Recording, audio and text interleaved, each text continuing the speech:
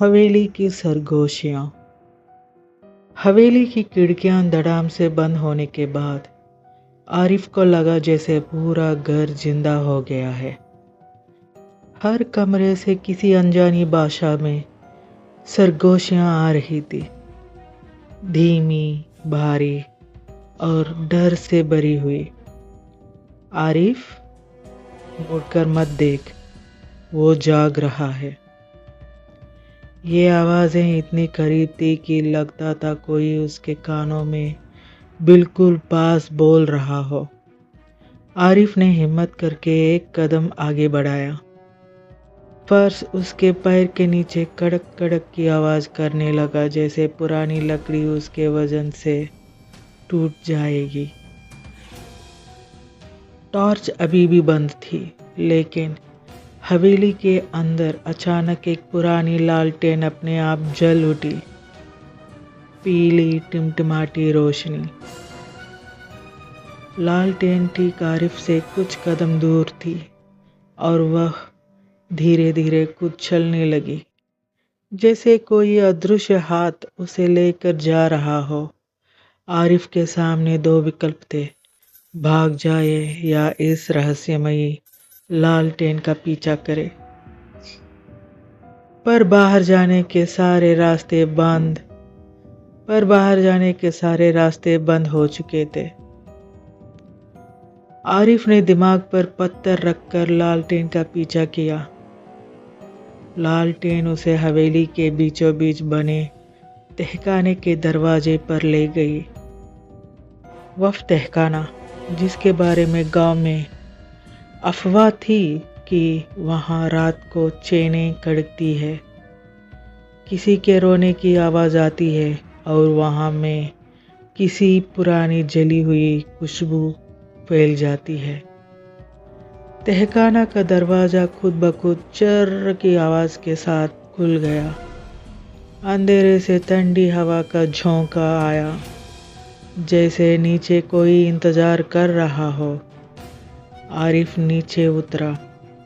सीढ़ियाँ गीली, टूटी और बेहद ठंडी थी। जैसे जैसे वह नीचे जा रहा था, सरगोशियाँ और तेज होने लगी।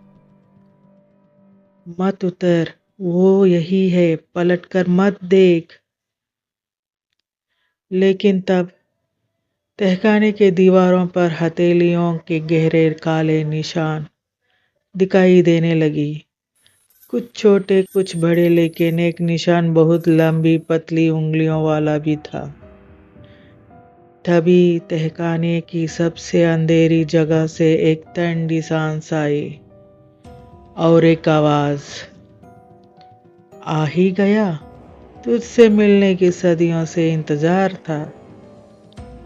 आरिफ का खून जम गया। उसने कांपती आवाज से पूछा, तुम कौन हो?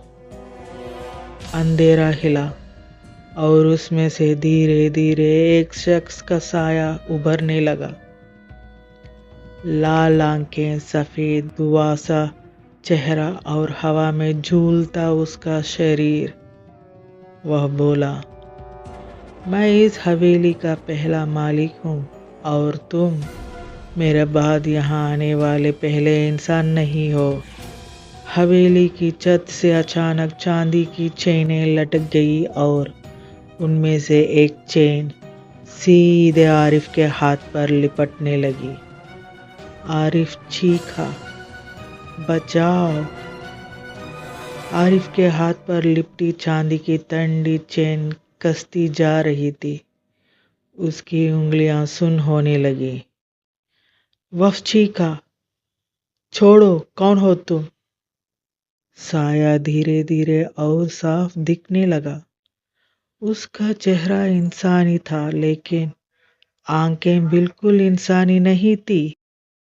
दोनों आंखें पूरी तरह लाल और उनके अंदर जैसे धुआं घूम रहा था।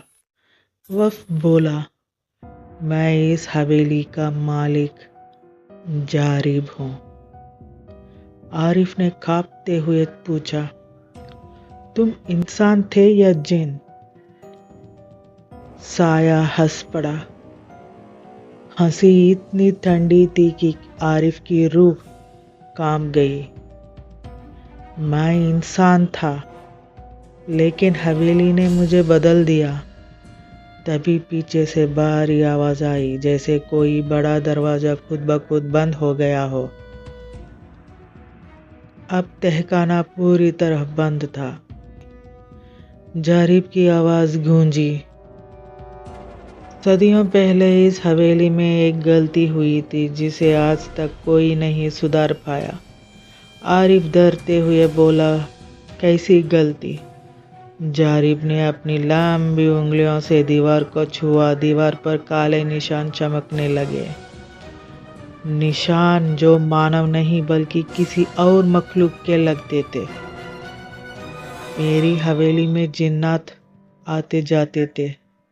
एक रात मेरी लालच ने सब बर्बाद कर दिया। आरिफ ने पूछा, क्या हुआ था? जारिब ने बताया अपनी अतीत का कहानी। सदियों पहले की बात है। मैं एक अमीर लेकिन लालची आदमी। उसने सुना कि हवेली के पीछे पुरानी जमीन में छुपा हुआ एक खजाना है। सिर्फ जिन्नात को उसके बारे में पता था। उसने जिन्नों को पकड़ने के लिए एक जादुई दायरा बनाया और एक रात उसने हवेली में भटकते हुए एक जिन को कैद कर लिया। लेकिन जिन को कैद करना आसान नहीं था। उस जिन ने मरते मरते कहा, तुमने जो किया उसकी सजा इस हवेली को मिलेगी। अब यह इंसानों को कभी नहीं छोड़ेगी। उसी रात जारिब की मौत हो गई, लेकिन उसकी रूह हवेली में फंस गई और हवेली उस दिन से शापित हो गई। कहानी यहाँ तक सुनाते हुए जारिब का चेहरा और विकृत हो गया, आवाज भारी और गूंजदार। अब हर इंसान जो इस हवेली में आता है वह बाहर नहीं जाता। आरिफ की सांसें तेज होने लगी। वह समझ चुका था, यह हवेली सिर्फ पुरानी नहीं है, लेकिन एक जिंदा कैद खाना है। तभी तहखाने का फर्श हल्का सा हिला, जैसे नीचे कुछ बहुत बड़ा चल रहा हो। नीचे से एक गहरी गुर्राहट आई, छोड़ो मत उसे, यह मेरा है। आरिफ का दिल दहशत से रुकने लगा। तहखाने में कोई और भी था, जिनसे भी ज्यादा खतरनाक। अगले एपिसोड के लिए please share, like and subscribe. Thank you.